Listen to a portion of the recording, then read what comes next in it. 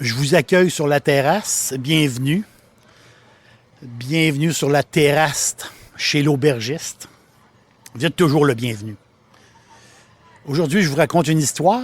C'est une histoire que j'ai fouillée un peu plus et j'ai trouvé ça vraiment intéressant. C'est l'histoire d'Abraham Perold. Abraham Perold. C'est un gars qui est né en 1880 au Cap, en Afrique du Sud.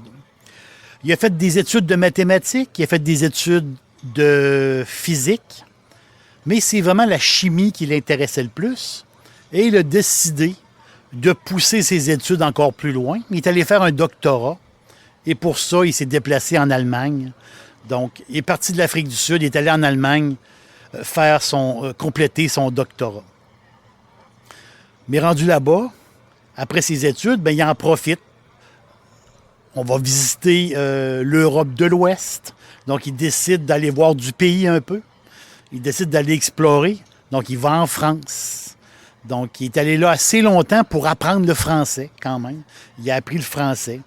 Puis, il a décidé de compléter sa tournée européenne de l'Europe de l'Ouest. Il est allé en Italie. Il est allé en Espagne, au Portugal. Puis, il y a quelque chose de vraiment inusité.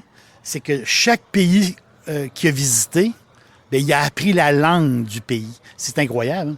Donc, il est revenu de là polyglotte. Il parlait allemand, français, espagnol, italien et portugais. Donc, c'est tout un moineau, ce Abraham Perold. Puis je trouve ça passionnant, les gens qui sont polyglottes, qui parlent plusieurs langues. Je trouve ça vraiment fantastique. Donc là, on est en 1906. Perold revient et accepte un poste de prof de chimie à l'université. C'est à partir de là que son jeu de contact commence. Perold, c'est un passionné de viticulture, c'est un passionné de vin. Et là, il a convaincu les dirigeants de l'université et aussi le gouvernement sud-africain de la nécessité de former un département de la science du vin. On est quand même en 1906, donc les choses étaient différentes d'aujourd'hui. Donc, il voulait qu'il y ait un département de la science du vin, de la viticulture, et dans son université. Ça a été accepté et il est parti par la suite chercher une collection de cépages. Et ils ont formé une genre de ferme expérimentale à son université, près du Cap, à Stellenbosch, près du Cap, en Afrique du Sud. Donc, il a été aussi nommé doyen de cette faculté-là, d'agriculture et de la science du vin. Et ils ont ramené quand même 177 cépages d'un peu partout. Et lui, ils ont fait l'étude justement de ces cépages-là. Il a même par la suite, à partir de 1910 jusqu'à 1920, il a fait d'autres voyages à travers le monde. Tous ces voyages étaient reliés justement aux cépages, à la façon de faire du vin ailleurs, de voir comment que ça fonctionnait. Et c'est incroyable. On parle des années 1910-1920. Quand tu dis que tu parcours le monde dans ces années-là, c'est incroyable. Les distances devaient être... la longueur du voyage devait être incroyable, pareil. On est au début des années 1900. Arrive 1924. Là, il y a une idée. L'idée de former, d'inventer un nouveau cépage. C'est une idée géniale.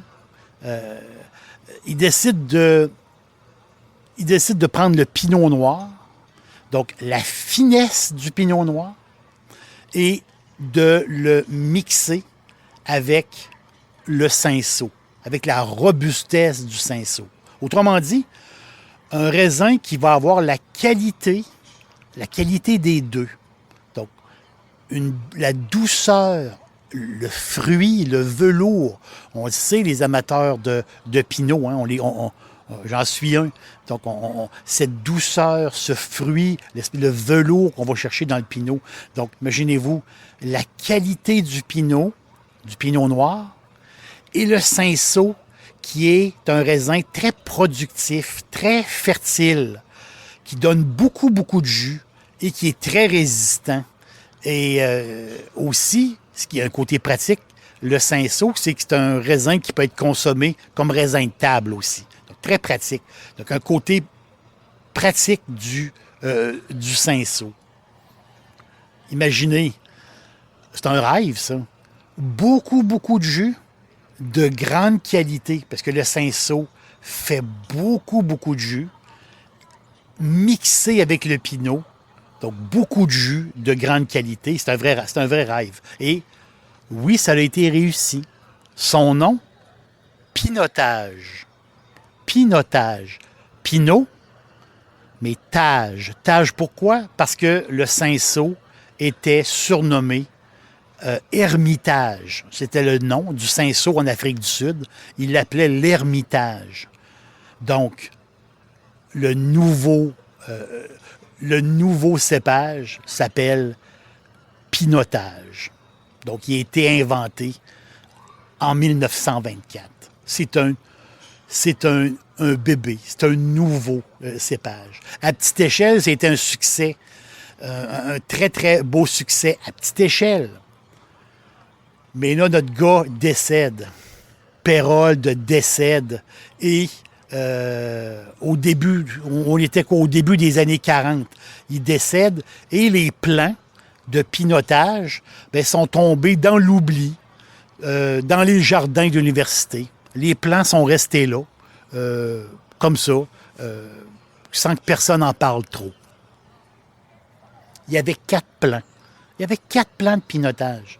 Un peu esselés comme ça, envahis en partie par d'autres plantes qui étaient là, une espèce de partie de terrain où ce que le monde, c'était un peu un genre de laisser-aller.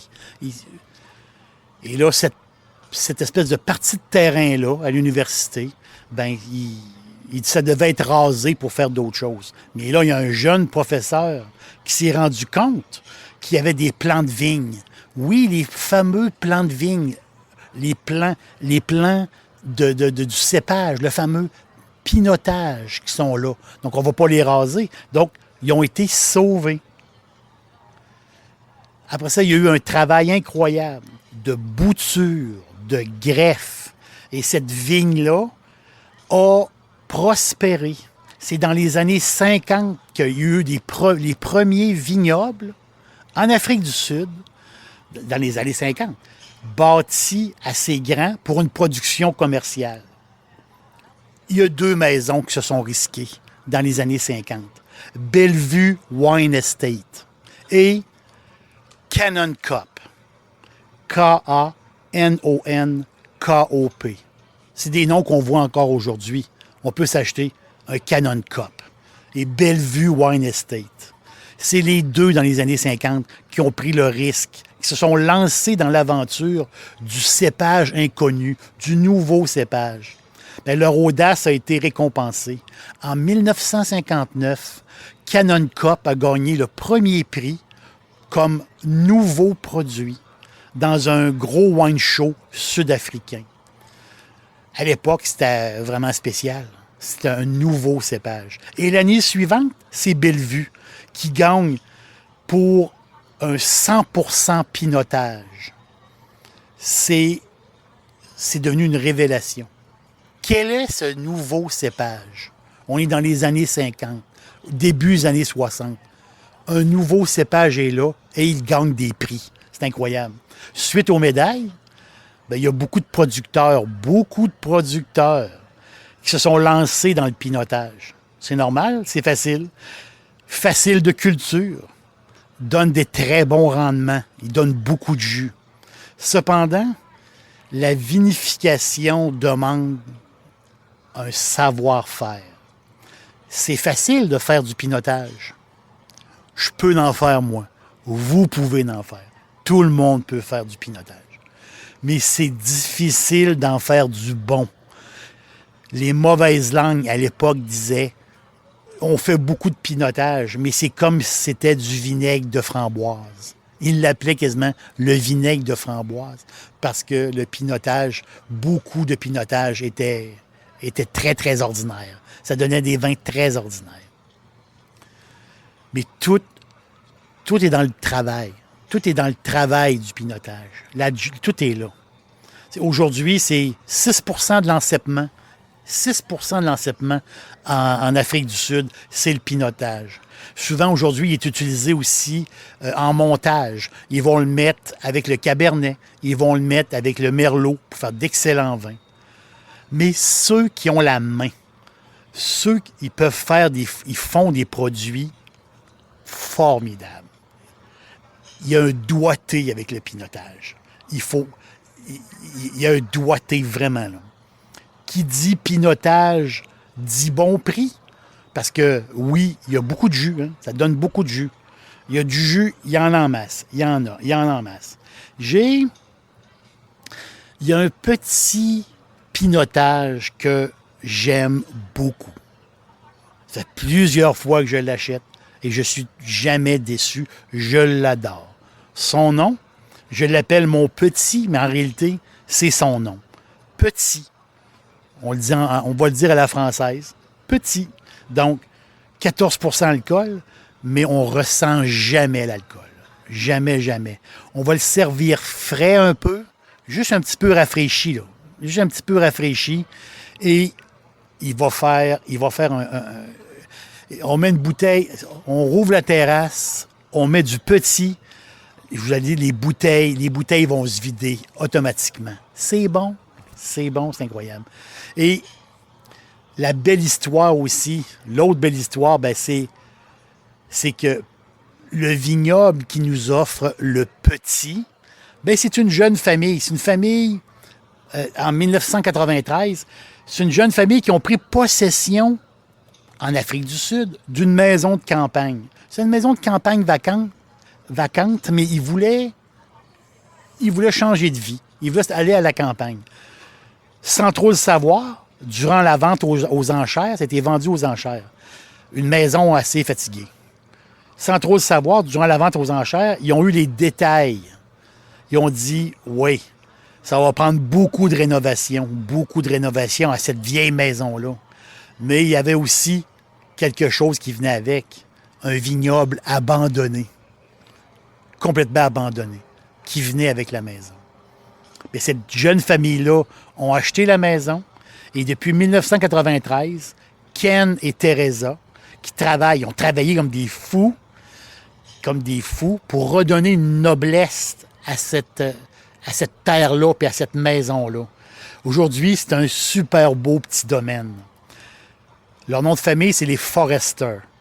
Les Forester sont heureux de mettre sur le marché du vin. Puis quand on va voir tous les détails de leur épopée, ben, eux autres, ce qu'ils veulent, c'est d'avoir des vins de tous les jours, des vins d'une très bonne qualité. Puis on l'appelle comme ça, la fameuse bouteille du lundi, du mardi. Mais c'est ça. C'est ça qu'ils veulent faire, les Forester. Et justement, leur vin, le petit pinotage, est excellent. Vraiment excellent. Donc, je vous conseille petit, un 100% pinotage. Le cépage qui a été inventé dans les années, il y a très longtemps, dans les années 20, qui a été inventé. Le pinotage, ben, c'est élégant. Et légèrement rafraîchi, là, je vous le dis, c'est un must. Ken Forester, petit, de Stellenbosch, de la région de Stellenbosch, Afrique du Sud. Je vous conseille ce petit vin-là, vous allez l'adorer. Et après la première gorgée, ben, vous allez avoir comme moi une pensée pour Abraham Perold, le gars qui a eu l'idée. Il a eu l'idée du pinotage. Donc, avoir beaucoup de jus et avoir beaucoup de jus de qualité. Mais aujourd'hui, c'est possible. Aujourd'hui, c'est possible. Donc, d'avoir du bon vin en grande quantité avec un bon goût, un super bon goût. Vive le pinotage. Bravo à l'Afrique du Sud. Et je pense on va se servir quelque chose à manger. Puis on se reparle bientôt.